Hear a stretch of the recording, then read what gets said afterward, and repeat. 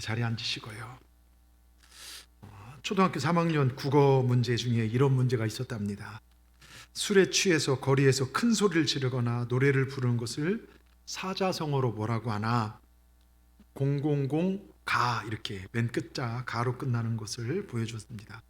아이들이 제각각 답을 달죠. 정답은 고성방가, 어떤 애는 고음불가, 좀 멍청한 애는 이럴 수가, 좀 어떤 애는 미친 건가 이렇게 써놨대요. 근데 한 아이가 답을 이렇게 적었답니다.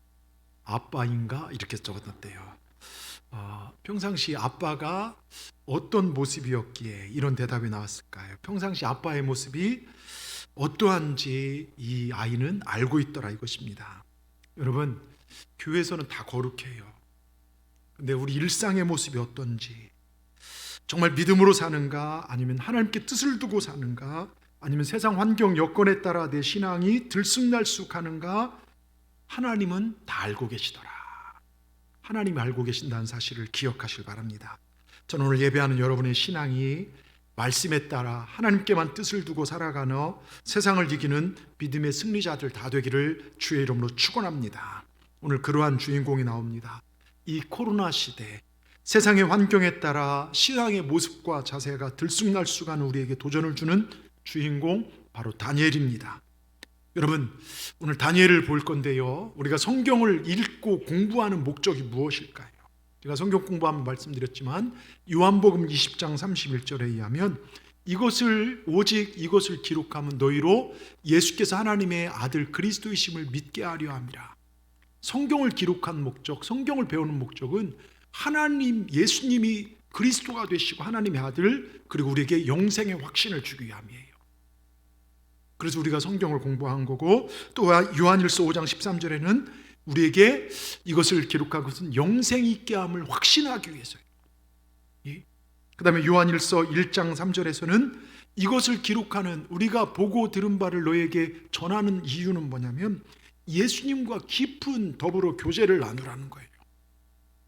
이런 말씀을 공부하는 목적, 예배드리는 목적은 구원의 확신, 하나님이 내 아버지 되시고 예수님이 나의 그리스도가 되신다는 것, 이 확신과 함께 깊은 교제를, 그래서 제가 성경 공부를 강조하는 목적이 바로 그겁니다.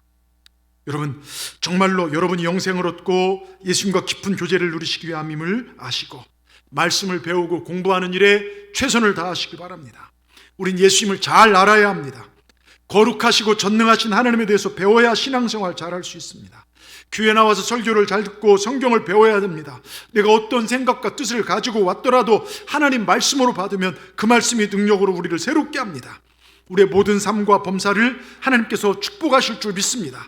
우리가 하나님 말씀을 삼가 잘 듣고 그대로 순종하면 하나님께서 우리를 세계 민족에 뛰어나게 하시고 잘 되게 한다는 것, 이게 하나님의 법칙입니다. 올 초 시작하면서 우리 표어가 뭡니까? 복음의 능력으로 큰 기쁨이 있는 교회와 함께 제가 신명기 말씀을 여러분에게 드렸어요. 말씀을 삼가 듣고 순종하면 짓지 않는 성읍에 살 것이고, 짓지 않는 집에 아름다운 물건이 채워있는 집에 살 것이고, 그 다음에 너희가 뿌리지 않는 것을 누리며 살 것이다. 근데 말씀으로 버린 자들은 오히려 뺏겨요. 근데 말씀 안에 들어와 삼가 듣고 순종하는 자들은 하나님이 채우시는 그런 고백들을 듣게 됩니다. 여러분, 우리가 이런 축복의 주인공들 되시길 바랍니다. 오늘 다니엘을 통해서요, 살아있는 믿음은 반드시 승리한다. 여러분 믿습니까? 이 믿음에 대해서 살펴보면서 영적 교훈을 얻고자 합니다. 첫째, 이도저도 못하는 어정쩡한 상황에서 분명한 뜻을 정하라.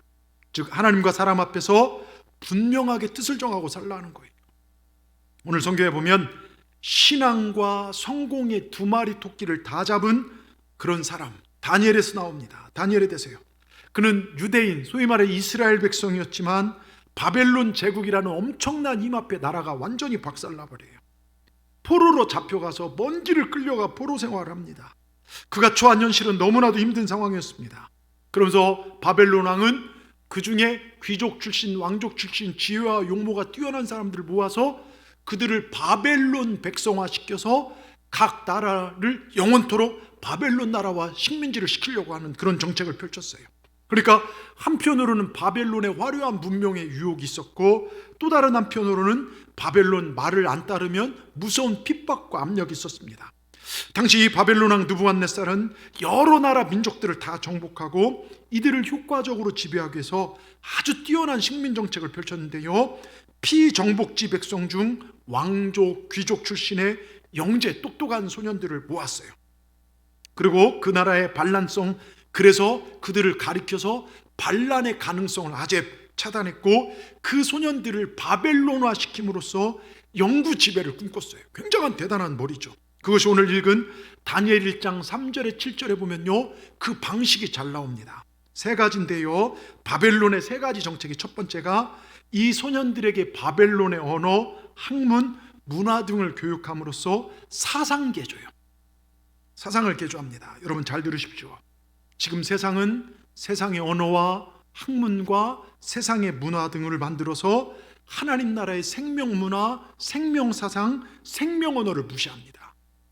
지금 세상은 마귀 문화가 지배적입니다. 음란과 중독과 동성애와 여러 가지 마귀 문화들. 그래서 우리 학생들도 보면 중독적인 게 많아요. 게임과, 정말 우리 학생들도 언어 쓰는 거 보면 교회에서 주님 찬양 나가면요, 욕을 얼마나 잘 쓰는지 몰라요. 예? 게임 문화, 중독 문화가 그들을 지배합니다. 우리 부모들도 학원은 보내면서, 학교는 보내면서 영생인 천국에 대한 예배는 그렇게 중요하지 여기지 않아요. 예?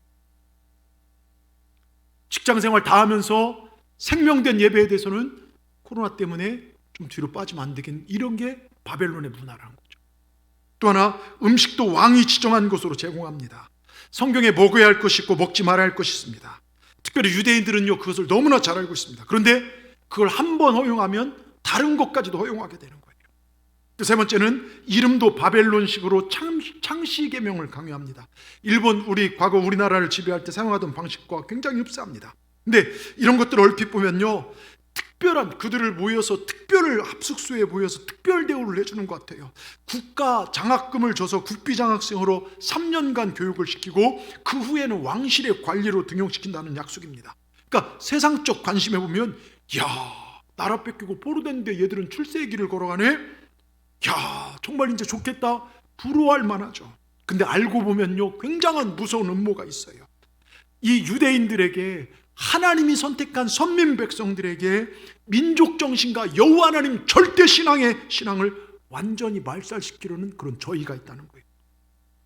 이를 위해 세상의 화려한 쾌락과 승진, 또 높은 것들, 이걸 유혹하고, 다른 한편으로 말 안 들으면 니네 죽여, 압박으로요. 이런 핍박으로 위협합니다. 자, 한번 생각해 보세요. 이런 상황 속에서 신앙을 지키자니 세상의 성공은 물론이고 심한 경우 두드려 맞아서 감옥까지 갈 수 있어요. 죽을 수도 있습니다. 반대로 눈을 찔끔 감고, 여기서 잘 배우고 정말 관리로 돼서 세상의 성공을 추구하자니 하나님 앞에서 내 신앙을 잃어버린 양심의 가책, 한마디로 어쩔 수가 없는 진퇴양난의 상황입니다. 자기들이 결정할 수 있는 상황이 아니에요. 포로 나라의 어린 정말 이 어린 이 예수님 같은 청년들이 결정하기 어렵습니다. 자, 이런 상황에 여러분 처했다면 어떡하시겠습니까? 예? 제가 서울에 한 목사님 은퇴하면서 은퇴 회고록을 쓴 거를 이제 보내주셔서 읽은 적이 있는데요, 처음 교회 개척했을 때 예배드릴 무렵 한 20명 정도의 청년이, 학생 사람들이 모였는데요, 그 중에 유재정이란 청년이 불신 가정이고 우상을 섬긴 가정에 자랐는데 어느 날 그 교회 나와서 목사님 전도하다가 이제 교회 나와서 믿음 생활했어요. 근데 이 친구가요, 주일 낮 시간뿐만 아니라 저녁 시간, 수요 예배, 새벽 기도회 모든 예배 시간에 참석을 하며 신앙생활합니다. 뜨거운 믿음이 생기고 큰 은혜를 받는 생활이 계속되어집니다. 개척교회인지라 청년이라 해봤자 한 대여섯 명밖에 안 되는데 믿음 생활한 지 얼마 안 있지만 얘가 이제 열심히 하다 보니까 청년회장이 됐어요. 그때는요, 그 시대, 그러니까 1960년대, 70년대 이제 초반이니까요, 개척하시고 목사님이 거의 집에서 자는 날이 없을 정도로 교회에서 막 철야를 하며 기도를 했습니다. 그 청년도 목사님 철야가 기도하는데 한 보름 동안 계속해서 철야 기도를 하더래요. 목사님 속으로, 저는 무슨 어려운 일 있나? 저렇게 열심히 철야를 하나 생각을 했어요. 근데 철야 기도가 끝나갈 무렵 주일날 예배 시간, 봉헌 시간에 생각도 않은 건축원금이 봉헌됐어요. 그 당시 20명이라 건축도 목사님은 생각도 안 했대요. 근데 되게 놀랐죠. 더욱 놀라운 것은 봉헌한 사람 이름 보니까 유재정 청년이에요. 건축에 대한 얘기를 한 적도 없는데 어떻게 건축 공부하게 되는지 물었습니다. 그랬더니 이 청년활, 목사님, 우리 교회가 개척교회니까 언젠가 부흥돼서 땅을 사서 교회를 지어야 할 것 아니겠습니까? 제가 오늘날까지 일생 살아오면서 무엇도 앞장서서 1등을 해본 적이 없습니다. 학교에서 공부도 1등 해본 적도 없고 달리기도 1등 해본 적도 없고 아무것도 1등이라고 내본 적이 없습니다. 그래서 제가 하나님 앞에 건축하는 헌금만큼은 우리 교회에서 1등으로 해보고 싶었습니다. 철회하면서 건축 헌금할 수 있도록 하나님 길을 열어달라고 하나님께 간절히 기도를 드렸고, 그 당시 취직도 안 된 상태에서 책장사 아르바이트를 했어요. 그걸 받으면 다 건축 헌금으로 바쳤던 것입니다. 목사님, 그 귀한 건축 헌금을 들고서 뜨겁게 기도하고 교인들에게 우리 교회는 이미 지어진 것이 다름없다고 광고를 했고요. 청년의 건축 헌금은 몇 주간 계속되었죠. 놀랍게요, 그 청년은 고등학교밖에 안 나온 학생으로요, 세무 공무원 시험에 합격해서 세무서에 다니게 됐어요.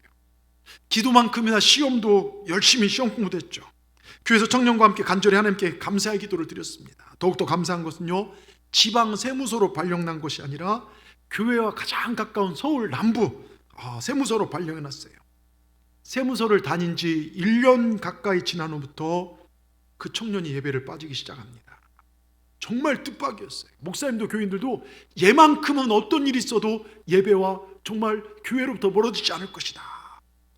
그런데 그렇게 열정적인 청년이 새벽 기도부터 빠지기 시작하더니 수요 예배를 빠지고 주일 저녁 예배를 빠지더니 결국은 주일 낮 예배까지도 빠지며 교회에서 완전히 모습이 사라졌어요. 하나님께서 복을 내리셔서 형통한 사람이 되었는데 목사님 몇 번 찾아갔는데 너무나 안타까워요. 그 후로 3년이 지난 어느 날 저녁 예배를 드리는데 그 청년이 불쑥 나타났어요. 어찌나 반가웠는지 예배가 끝나기 무섭게 붙들고 그동안 어떻게 지냈느냐. 비록 교회는 떠나 있지만 잘 있기를 바라는 마음으로 이것저것 물어봤습니다. 근데 그 청년의 입에서 나오는 소리는 절망적 내용이 대부분이었어요. 교회를 떠난 생활은 그야말로 죄로 얼룩진 생활이었습니다. 세무 공무원으로 한 번 눈만 감아주면 엄청난 검은 돈이 들어왔고, 그러니까 옛날 당시 그랬잖아요. 접대로 이어진, 정말 세무 이거 하나만 바꿔도요 큰 돈이 들어오니까요.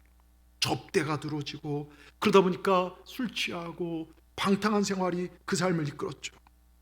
결국 죄의 끝은요, 방탕의 끝은 병원 갔더니요 3개월밖에 못 산다는 시한부 사형 선고를 받고, 그렇게 하고 병원을 문 밖을 나섰는데 제일 생각나는 게 뭔가, 그 시대에 예수 믿었던, 교회에서 예배드렸던, 하나님을 사랑했던 그게 생각나더래. 그래서 그날 밤에 수요예배 때 교회로 올라온 거예요. 교회 와서 예배를 드리는데요 어찌나 눈물을 나는지요. 주님 품 안에 다시 안겼습니다. 결국 청년의 눈물의 외계로 3년 정도, 3개월밖에 못 산다 해서 3년 전 생명 연장되어 마지막으로 열심히 신앙생활하다가 주님 품 안에 갔다는 이야기예요. 그 목사님 고백의 마지막 가는 그의 모습은 죄에서 벗어나 아주 평화스러운 모습이었고, 비록 육신은 병들어 불행하게 죽어갔지만 그의 영혼은 하나님의 용서로 복스럽게 세상을 떠나는 그런 모습을 봤다는 것이죠. 그러면서 열심히 하나님을 위해 살 때 하나님께 복을 내려주시고 건강도 주셨지만 세상으로 빠져나가고 모이기를 패하기 시작하면 하나님의 진노가 임한다는 사실을 기억하시길 바랍니다 하면서 목회 회고록에 그분이 그 얘기를 쓴 거에 오늘 여러분들에게 소개를 이렇게 나눕니다. 여러분 다니엘을 보십시오. 지금 위기가 찾아왔어요. 그대로 바벨론의 말을 따지면 출세할 수 있고, 그러나 그렇게 가면 하나님과 멀어지는 이 상황 속에서 정말 다니엘의 절대절명의 위기죠. 근데 여러분, 위기는요 믿는 성도들에게 신앙의 진가를 나타낼 수 있는 기회입니다. 평범할 땐 몰라요. 근데 위기가 닥쳐오면, 질병이 닥쳐오든지 아픔이 닥쳐오든지 삶의 위기가 닥쳐오면 그때 이 사람이 진짜인지 아닌지 구분이 되더라고요. 다니엘과 3명의 친구들이 바벨론에 비록 포로로 잡혀갔지만 그들은 하나님께 뜻을 정하고 믿음으로 살기로 결단합니다. 8절 말씀입니다. 같이 읽겠습니다. 다니엘은 뜻을 정하여 왕의 진미와 그가 마시는 포도주로 자기를 더럽히지 아니하리라 하고 자기를 더럽지 않게 하기를 환관장에게 구하니. 자, 여기서 뜻을 정했다는 것이 무엇입니까? 내가 앞으로 어떻게 살아야 할지에 대한 결정입니다. 바벨론 제국의 화려한 유혹, 편안한 미래, 높은 명예나 또한 왕권을 등에 업은 압박 속에서 굴하지 않고 나는 하나님 말씀하신 대로 살겠습니다. 뜻을 두었다는 것이죠. 지금 포로로 왔지만 분명한 뜻을 정하였습니다. 죽으면 죽으리라. 내가 손해보면 손해보리라. 때리면 그냥 맞으리라. 그러나 하나님 앞에서만큼은 바로 살아보겠다. 다니엘과 세 친구는 이렇게 뜻을 정했습니다. 여러분, 오늘 예배드린 우리도 이렇게 뜻을 정하기를 바랍니다. 이 시간 결단하십시다. 하나님, 제가 언제든지 어느 상황에서든지 그게 유혹이든 핍박과 압력이든 하나님께만 뜻을 정하고 살겠습니다. 제 할 일을 다 끝내고 주님을 찾는 것이 아니라 지금 눈앞에 보이는 위험한 고비만 넘기면 주님 뜻대로 뜻을 추구하겠습니다가 아니라 하나님을 위해서라면 내 바쁜 일을 먼저 내려놓겠습니다. 하나님의 뜻을 위해서라면 지금 당장 위험한, 지금 당장 손해볼 것이 있다 할지라도 그걸 내려놓겠습니다. 이러한 분명한 뜻을 정하고 사는 저와 여러분 되어서 하나님께서 인정하는, 마지막 때 가서 하나님께서 내가 너를 도무지 누군지 모른다가 아니라 내가 너를 인정하노라, 하나님 인정하는 믿음의 승리자들이 다 되기를 주님의 이름으로 축원합니다. 두 번째요, 신앙을 지키면 나머지는 하나님이 책임지십니다. 자, 오늘 8절 보십시오. 다니엘은 위기 상황에서 신앙의 결단하죠. 뜻을 정했다는 것입니다. 왕의 음식과 마시는 포도주로 나를 더럽히지 아니리라. 자, 여러분, 하나님을 경외하는 사람으로 갈등이 많았죠. 사상교육시키는 거나 이름을 바꾸는 것은 별게 아니에요. 마음속으로 겉으로 배우고 마음속으로 거부하면 됩니다. 근데 음식은 매일 먹어야 돼요. 피할 수 없는 상황입니다. 왕이 지정한 음식은요, 분명히 좋은 진수성찬과 고기, 좋은 것들 나왔어요. 근데 그 가운데 무서운 유혹이 있습니다. 고기 등 좋은 음식은요, 실제로는 바벨론, 모든 고기들은 바벨론 우상 앞에, 그 신 앞에 절하고 제사를 드리는 후 제공된 것들이에요.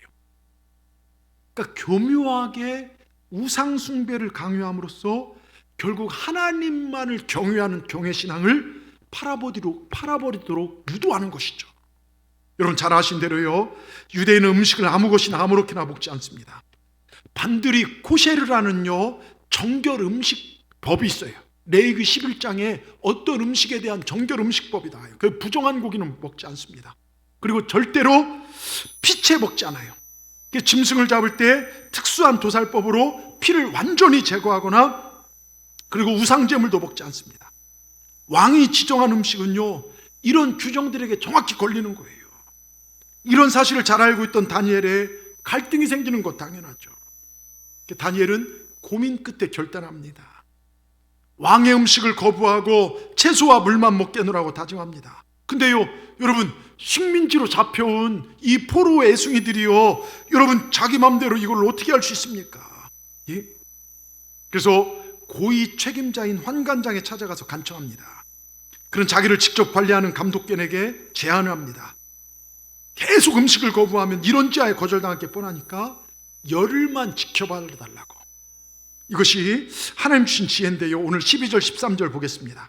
12절 13절을 같이 읽겠습니다. 12절 13절, 청하오니 당신의 종들을 열흘 동안 시험하여 채식을 주어 먹게 하고 물을 주어 마시게 한 후에 당신 앞에서 우리 얼굴과 왕의 음식을 먹는 소년들 얼굴을 비교하여 보아서 당신이 보는 대로 종들에게 행하소서. 열흘의 시간을 얻습니다. 여러분, 근데 이게 끝이 아니죠. 불안합니다. 혹시라도 열흘 후에 꼼짝없이 왕의 진미, 우상의 제물을 먹어야 합니다. 그러니까 열흘 동안 다니엘과 세 친구가 어떻게 했을까? 여러분 한번 상상해 보십시오. 예? 걱정만 하고 있었을까요? 아니죠. 하나님을 절대 의지했다는 것이죠. 하나님, 열흘 뒤에는 제가 잘못하면 우리가 우상의 제물을 먹을 수 있습니다.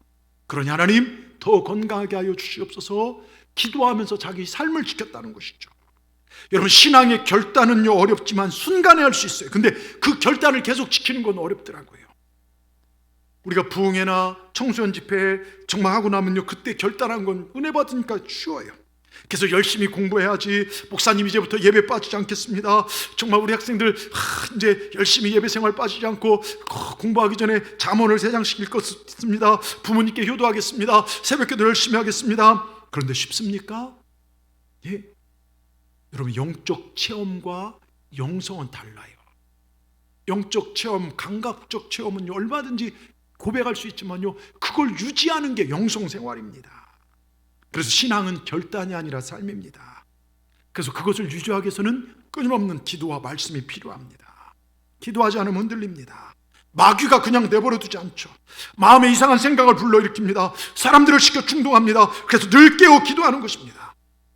여러분, 다니엘이 신앙에 결단하고 기도함으로 그 결단을 지켰을 때 어떤 일이 생기는지 보십시오. 이제는 하나님이 일하기 시작합니다. 여러분, 이거 굉장히 신나는 얘기예요. 예? 여러분, 하나님이 일하기 시작한데요, 내 할 일은 그저 믿음을 지키면요, 그 테스트, 그 시험을 넘어가면요, 그때부터 하나님께서 천지를 창조하신 하나님께서 기가 막히게 그 손으로 움직이는 게 이제 다니엘 나옵니다. 나머지 하나님 책임지신데요, 가만히 생각하면 다니엘 신앙이 그럴 때 무모해 보이잖아요. 사실 포로 주제에 음식 투정을 부린 건데요, 그 말을 누가 들어주겠습니까? 잘못하면요, 맞을 수도 있고 감옥 갈 수 있어요. 근데 다행히요, 하나님께서 환관장의 마음을 변화시켜요. 9절을 보십시오. 9절, 하나님이 다니엘로 하여금 환관장에게 은혜와 긍휼 얻게 하신지라. 신기하게요, 그 날카로웠던 환관장이 마음이 바뀌었어요. 저는 신방하면서 이런 거 많이 봤어요. 시험을 앞두고 어디 회사에 면접을 앞두고 정말 서울에 있을 때도 그렇고, 그래서 기도할 때마다 그 면접관의 마음을 붙잡아 주시옵소서. 물론 그럴 때도 있고 안 그럴 때도 있는데, 그렇게 하면서 하나님께서 변화시켜서 그런 위치에 서 있는 분들 많이 봤어요. 그러니까 하나님께서 기도하니까요, 은혜와 주기를 주는데 오히려 이 환관장이 사정을 하는 거예요. 다니엘과 세 친구들이 음식을 거부하면, 야, 니들 얼굴 좋지 않지만 왕에게 내가 문책당할 수 있으니까 야, 나 좀 봐달라. 여러분, 기도한 자는요, 하나님께서 그를 지키실 뿐만 아니라 다른 모든 환경으로부터 존귀 여김 받게 됩니다. 믿으십시오. 이때 다니엘이 그 환관장에 찾아가서 열흘의 시간 얻습니다. 우리가 채소만 먹고 사는 우리가 고기 먹는 저 사람들하고 한번 얼굴 비교해 보십시오. 그 후에 어떻게 됩니까? 15절 16절, 여러분, 재밌는 사건이 이제 성경에 나옵니다. 읽어보겠습니다. 열흘 후에 그들이 얼굴이 더욱 아름답고 살이 더욱 윤택하여 왕의 음식을 먹는 다른 청년 소년들보다 좋아 보인지라. 그래 감독한 자 그들에게 지전된 음식과 마실 포도주를 제하고 채식을 주니라. 여러분, 다니엘과 세 친구가 다른 소년들보다요 훨씬 더 윤택해 보입니다. 포동포동 얼굴이 살쪄 보이고요, 그러니까 감독관이 할 말이 없어진 거예요. 그러니까 너희들 하고 싶은 대로 해라. 여러분, 놀라운 승리 아닙니까? 여러분, 이건 시작에 불과합니다. 이건 시작에 불과해요. 예? 다니엘서를 뒤를 조금만 읽어보면요, 하나님께서 기가 막힌 도움들이요, 4장, 2장, 6장, 여러분, 큰 성공을 거둡니다. 보세요, 위기 상황이지만 신앙에 결단하고 하나님만을 의지하니 하나님께서 환관장의 생각을 바꾸고 위기를 은혜로 변화시키더라, 이것입니다. 살아있는 믿음은요, 위기가 복이 됩니다. 여러분, 우리가 이 믿음 되기를 주의 이름으로 축원합니다. 우리가 이런 재밌는 신앙생활을 해야 되지 않겠습니까? 그저 세상 봐도 이리 치면 이리 날아가고 저리 치면 저리 날아가고, 이게 신앙인지 아닌지 구별되지도 않고 늘 마귀와 깃에 얻어 터지고 깨지는 그런 신앙이 아니라, 여러분, 이런 신나는 신앙생활, 하나님이 도우시는 신앙생활 하시길 주의 이름으로 축원합니다. 오직 하나님께만 뜻을 두고 우리가 신앙에 결단하고 그렇게 나갈 때 자녀의 문제, 건강의 문제, 경제의 문제, 하나님께서 모든 것으로 복으로 역사하실 줄 믿습니다. 제가 예전에 말씀드렸지만요, 곤충들 보십시오. 곤충들 가운데 보호색 가진 곤충들이 많았죠. 나무 색깔 따라 푸르면 푸른색, 갈색이면 갈색 옷을 갈아입고 계절 따라 색을 바꾸어 자기 자신을 보호하는 벌레들. 근데 그것들은요, 대개 1년을 못 넘기더라고요. 대개 1년 안에 죽어요. 근데 눈이 오나 비가 오나 더울 때나 추울 때나 자기 색깔 한 가지 입고 사는 거북이, 학, 두루미요, 옷을 갈아입지 않아도 오래오래 삽니다. 여러분, 하나님 앞에서, 세상에서, 가정에서, 교회에서, 직장에서요, 보호색 걸치고 다니지 마십시오. 교회에서는 거룩한데 가정 가면 막 함부로 하고, 직장 가서 이 사람이 교회인지 아닌지 구별도 안 되고, 교회에서는 교인복, 세상 나가서 세상복 짓고 전혀 예수 향기 나지 않는 그런 삶, 이제는 때려치십시다. 어디서든 내가 하나님의 자녀라는 것, 우리 예수 믿는 사람들의 한 가지 생각 따라합시다. 나는 그리스도인이다. 나는 하나님의 자녀다. 여러분, 생각해 보십시오. 정말로 누가 친자식 죽여서 상관도 없는 사람을 양자 삼아요. 우리 하나님 그 일을 하셨다는 것이죠. 예? 나는 예수 그리스도 그분만을 신뢰하고 살아갑니다. 따라하십시오. 나는 예수 그리스도 주님만을 신뢰하고 살아갑니다. 이렇게 살아갈 때 하나님 우리 삶 가운데 역사하신다는 사실을 꼭 기억하시고 믿음으로 승리한 우리 모두가 되기를 주의 이름으로 축원합니다. 끝으로 전능하신 하나님을 온전히 믿으면 반드시 절대 승리합니다. 여러분, 신앙생활은 대충이 없습니다. 차든지 뜨겁든지 이건 죽느냐 사느냐, 영생이냐 영벌이냐 이거입니다. 그래서 성경을 기록한 목적, 공부하는 목적, 영생을 얻기 위함이라. 여러분, 자 이제 보십시오. 왕실에서 교육받은 지 3년이 흘렀고 교육과정 3년이 딱 끝나자 왕이 하나둘 면접을 합니다. 이게 18절 20절까지 내용입니다. 요즘식으로 말하면 왕이 심층 면접을 하는 거예요. 그걸 어떻게 됐습니까? 20절을 보십시오. 20절요. 여러분 기가 막히게 재밌습니다. 20절 같이 읽습니다. 왕이 모든 일을 묻는 중에 그 지혜와 총명이 온 나라 박수와 술객보다 10배나 나온 줄 아니라. 소년들 가운데 다니엘이 수석, 그 다음에 다른 세 친구가 2등부터 4등까지 차지했습니다. 그뿐만 아니라 바벨론의 유명한 박사, 술객, 지혜자다, 이 모든 지혜와 총명을 그들보다 10배나도 엄청나게 왕이 놀란 거예요. 그래서 그들은 궁중관리로 쓰임받게 됩니다. 물론 다니엘이 그 후 탄탄대로 항상 승승장구한 아닙니다. 여러분, 세상에 늘 그렇듯이요, 숱한 고난과 시험이 찾아와요. 그래서 오늘 승리했다고, 오늘 내가 은혜롭게 살았다고 내일 무너지지 않을 보장 없어요. 오늘 내가 실패했다고 내일도 실패한다는 보장 없어요. 믿음 안에 사시길 주의 이름으로 축원합니다. 근데 그때마다 하나님께 뜻을 정하고 세상 앞에 뜻을 정말 내려놓지 않은 다니엘은요, 신앙으로 결단하며 기도하고 나갔을 때마다 기가 막힌 승리가 나옵니다. 하나님 승리케 하신데요, 2장 보십시오. 2장. 제가 2장 얘기를 간략하게 할 테니까 여러분은 정신을 바짝 차리고 들어보십시오. 느부갓네살이 어느 날 왕이 꿈을 꿔요. 근데 꿈이 너무 불길하고 기분 나빠요. 그래서 무슨 뜻인지 이게 뭘까 하다 막 병들 정도로. 그래서 바벨론의 그 유명한 지혜자, 박사, 술객들을 불러요. 야, 내가 무슨 꿈을 꿨는지 정말 해석해봐라. 아니, 자기가 뭔 꿈을 꿨는지 알려주면 해석이라도 할 거 아닙니까?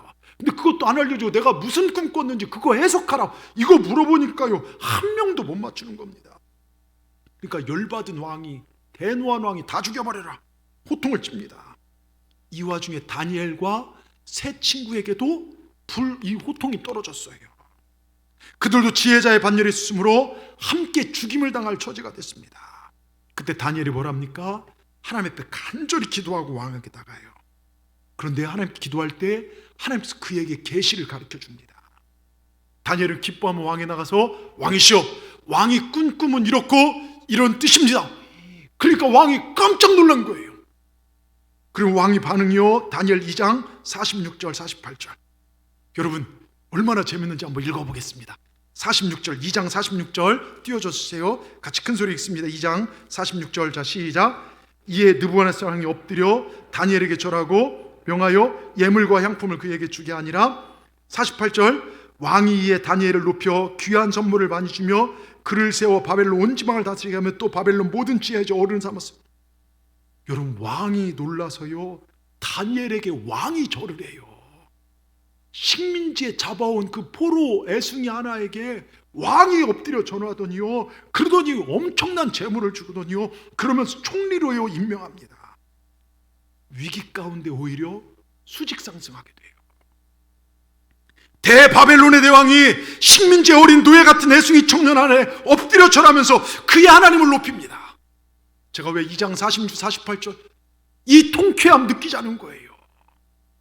믿음으로 사니까요, 여러분, 죽을 위기가 생명으로요 오히려 더 승승장구하는 이 통쾌함, 이게 믿음으로 살아있는 믿음의 승리라는 것입니다.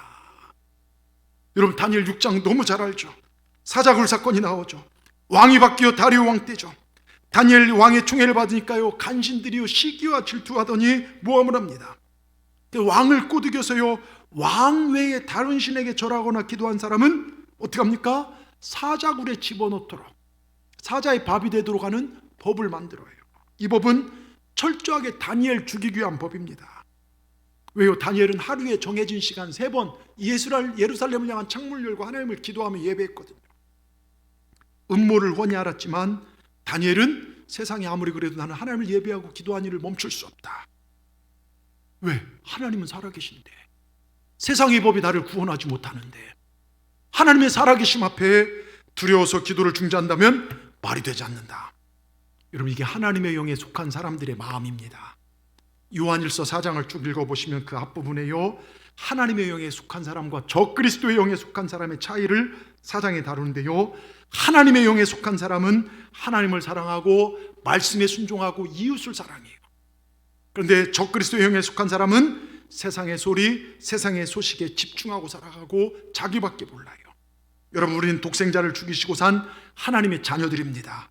우리는 하나님께 속한 사람이 되어야 합니다. 다니엘은 하나님께 속한 자였습니다. 그래서 평소대로 예루살렘 향한 창문을 활짝 열어놓고 기도합니다. 아니나 다를까 이 고소자들이요, 뒤에서 카메라로 캠코더로 찍었어요.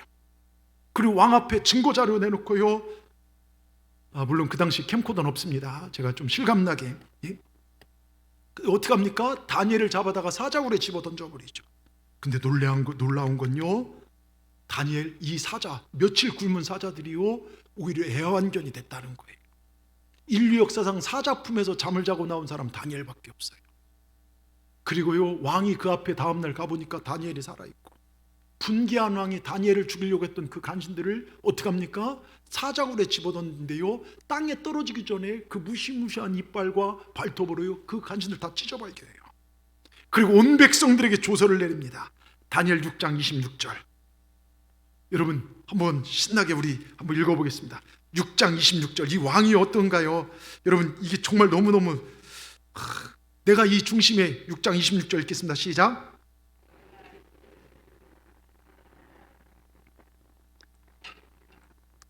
떨며 두려워할지니 그는 살아계신 하나님이시요 영원히 변치 않으시며 그의 나라는 멸망하지 아니할 것이요 그의 권세는 무궁할 것이며.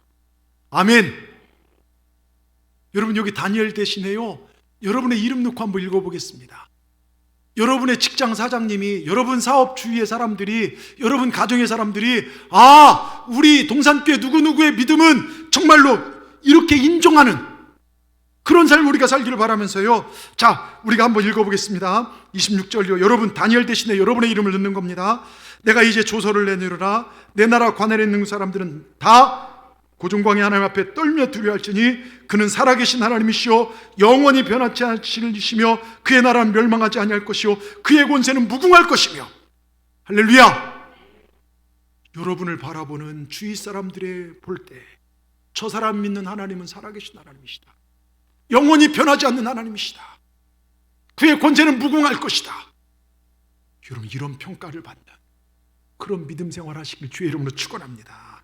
그런데 28절요, 얼마나 통쾌합니까? 이게요, 믿음으로 사는 자, 살아있는 믿음의 삶의 소유자들의 삶입니다. 28절을 보십시오. 28절에요, 이에 다니엘이 다리오 왕의 시대와 밧사람 고레스 왕의 시대에 형통하였더라. 여러분, 이게 그냥 지나가는 말이 아니에요.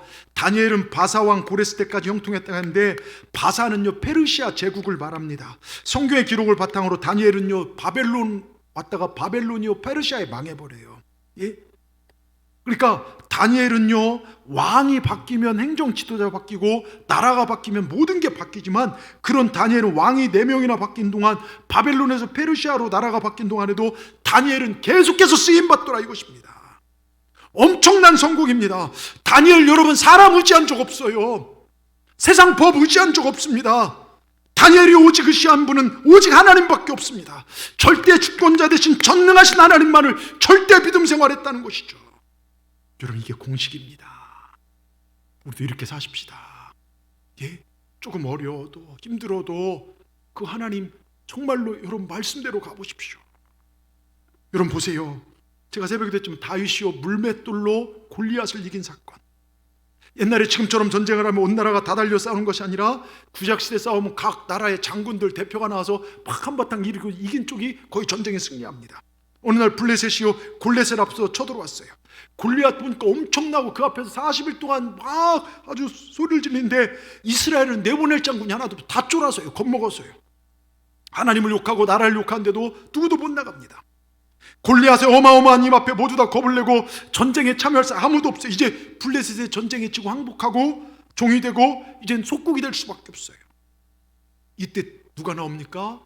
어린 다윗이 쫙 등장을 해요. 아주 어린 목동, 형들한테 도시락 가려다 저놈 저 큰 놈이 서갖고서 하나님 욕하는 거에 열받은 다윗. 네가 감히 하나님을 욕해? 그러더니요, 전쟁을 해본 일도 없죠. 군복을 입어본 일도 없죠. 형들도 빨리 위험하니 집으로 가라가죠. 근데 다윗이 딱 나갑니다. 그러니까 사울왕이 그래 네가 싸운다고 군복과 창을 주니까요 투구를 쓴데 여기까지 내려오고 막 옷을 입으니까 창을 두 손으로 들 수가 없어요. 무거워서요. 그래서 다 벗어버립니다. 창을 버려두고 무엇 가지고 나갑니까? 물맷돌 5개. 무엇 가지고 나갑니까? 제가 이쪽으로 안 했다고 이쪽은 잘.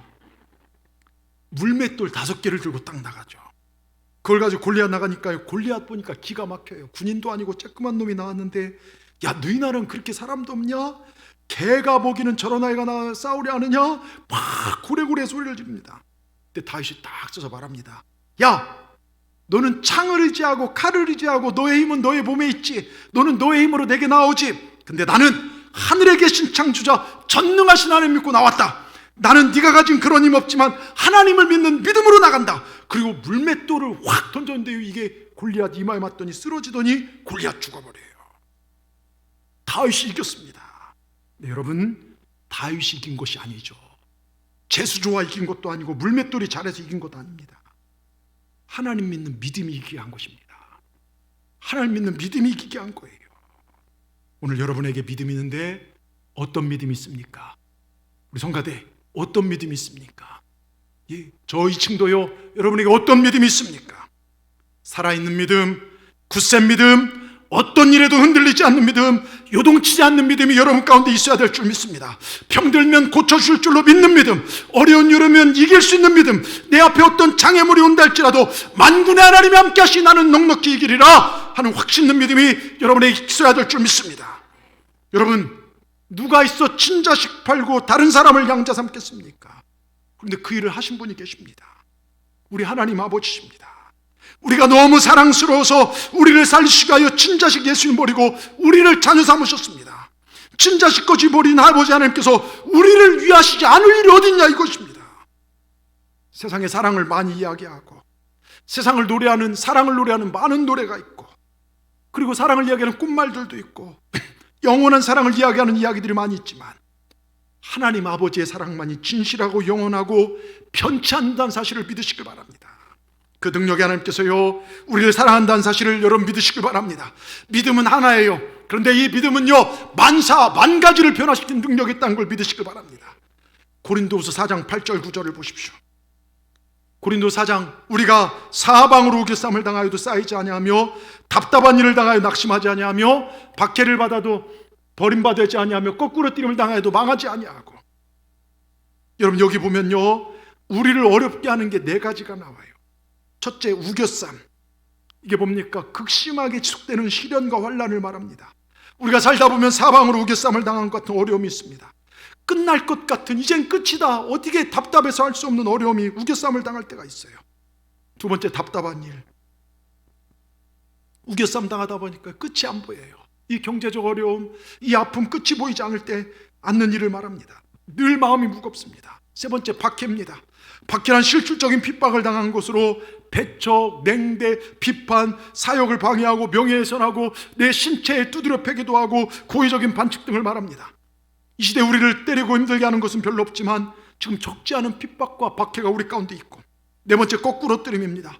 갑작스러운 재난으로요, 또 천재지변, 교통사고로요, 코로나 사태로요, 갑자기 병원 갔더니 암, 심장마비, 중풍, 폭동, 전쟁, 이런 치명적인 사건, 감당할 수 없는 것들, 이런 것들이 우리를 거꾸로 때릴 때가 많아요. 여러분, 이 4가지 우겨쌈, 답답한 일, 박해, 거꾸로 때리는 이 모든 것들 때문에 우리가 주저앉고 힘들 수 있지만 우린 이겨낼 수 있습니다. 이런 것들이 이기지만 이런 것들을 둘러싸 우리는 승리할 수 있습니다. 왜요? 믿음이 있으면요. 하나님이 함께한다는 믿음이 있으면 우리 승리합니다. 하나님 믿으면 반드시 우리를 살아계신 믿음은 승리케 되는 걸 믿으시길 바랍니다. 여러분 잘 아시는 유태용 박사님 아시죠? 이분이 전에 있던 교회에 간증을 하는 걸 들은 적이 있는데요, 본인은 세상에서 제일 가난했다고 얘기를 합니다. 그 당시 그 60년대 70대 전쟁 끝나고 가난했던 건 일반적인 가난이고 자기는 특별히 찢어지게 가난했다는 거예요. 머슴의 아들로 태어나서 찢어지게 가난했던 아주 특별한 거지같이 살아오고 집안엔 초등학교 1학년 다닌 사람 한 명도 없었다는 것입니다. 그런 가정에 태어났지만 불평하지 않고 자기의 낙이 하나 있는데 하나님과의 만남이에요. 하나님이 나를 사랑하신다. 그래서 교회 가는 게 그렇게 좋았고 예배 드리는 게 그렇게 낙이었습니다. 예? 올해부터 하나님을 잘 믿고 믿음으로 살아서요, 하나님이 그 얘기를 열어서요 학문을 배우게 하고 우리나라 초대 이스라엘 유학을 갔어요. 이스라엘 보니까 이 사람들이 잘 살아요. 이스라엘이 잘 사는 비결에 대해서 책을 내고 그 책을 누가 읽냐? 박정희 대통령이 그 책을 읽어요. 그 박 대통령이 불러요. 당신 한번 청와대로 오라고. 갔더니요 막 그거에 대해서 연구하고 새마을 운동이 거기서 출발이 돼요. 여러분, 하나님이 하시면요 이런 역사가 일어납니다. 예? 여러분 잘 아는 고 돌아가신 강영호 박사님 아시잖아요. 맹인 박사님. 백악관, 미국의 백악관에 근무한 한국인 최초 보좌관. 그 자녀들이 미국 사회에서 지금 엄청난 정말 잘 나가는 지도자가 된 것도 나왔죠. 과거에 어떻게 합니까? 부모, 형제 다 죽고 누나도 모두 잃고 혼자서 눈까지 다 실명까지 되어가지고 의지할 것 아무것도 없는 이 비천한 사람이 하나님만 의지하고 하나님 만났어요. 하나님 의지하여 세계적 인물 되리라고 누가 생각했냐 말입니다. 만약 그분에게 하나님이 계시지 않았다면, 하나님이 그분을 돕지 않았다면 누가 그 인생을 도왔겠냐 이겁니다. 이 사람이 누구 힘으로, 그 가정이 누구 힘으로 세계적인 인물이 될 수 있었겠습니까? 재수 좋아서요? 아니에요. 하나님이 함께 하시기 때문에요. 여러분, 하나님이 우리를 도우시면 우리 앞날은 복된 날이 될 줄 믿습니다. 신명기 6장의 말씀처럼 우리가 짓지 않는 그 성읍에서, 짓지 않는 집에서 아름다운 복들을 누리며, 여러분 정말로 우리가 뿌리지 않는 씨앗들을 여러분 뺏기는 삶이 아니라 하나님 주시는 복을 누리고 사시길 바랍니다. 하나님부터 멀어지지 않기를 주의 이름으로 축원합니다. 여러분 지금 어렵다고 힘들다고 낙심하지 마십시오. 하나님 더 사랑하십시오. 더 예배하십시오. 하나님 말씀 더 잘 배우십시오. 다니엘처럼 다윗처럼 하나님을 온전히 믿으시길 바랍니다. 그럼 그 다음은 하나님이 책임져 주실 것입니다. 하나님께서 우리 가정을 세우면요, 내 자녀를 세우면요, 놀라운 역사가 일어나는 것입니다. 여러분 주님 오실 그날까지 더 믿음 안에 서시길 주의 이름으로 축원합니다. 주님이 주신 말씀을 지킴으로 순종함으로 주님이 주장하신 복을 여러분 누리고 살아가신 여러분 모두가 되시기를 주님의 이름으로 축원합니다. 주님이 하시면 기이한 복이 임합니다. 안 될 것 같은 상황에도 되게 되는 역사가 일어납니다. 하나님은 살아계십니다. 그 살아계신 하나님이 우리와 함께 계십니다. 기도하십시다. 하나님 감사합니다. 다니엘을 통하여 우리에게 귀한 신앙의 교훈을 주시니 감사합니다. 분명한 뜻을 정하고 어떤 상황 속에서도 절대 주권의 하나님 신앙을 지키게 하여 주시옵소서. 흔들면 흔들리고 때리면 맞으면서라도 하나님을 향한 뜻을 내가 멈추지 않겠습니다. 나갈 때 하나님의 놀라운 역사, 절대 성공을 우리 맛보는 줄 믿습니다. 이 다니엘의 승리가 내 승리가 되게 하여 주시고 우리도 흔들리지 않게 하시고 주님만 바라보고 나갈 수 있는 그 믿음을 우리에게 부어 주시옵소서. 예수님의 이름으로 감사하며 기도드리옵나이다. 아멘. 우리 찬송가 171장 찬송하시면서 준비하신 예물 주님 앞에 올려드리도록 하겠습니다.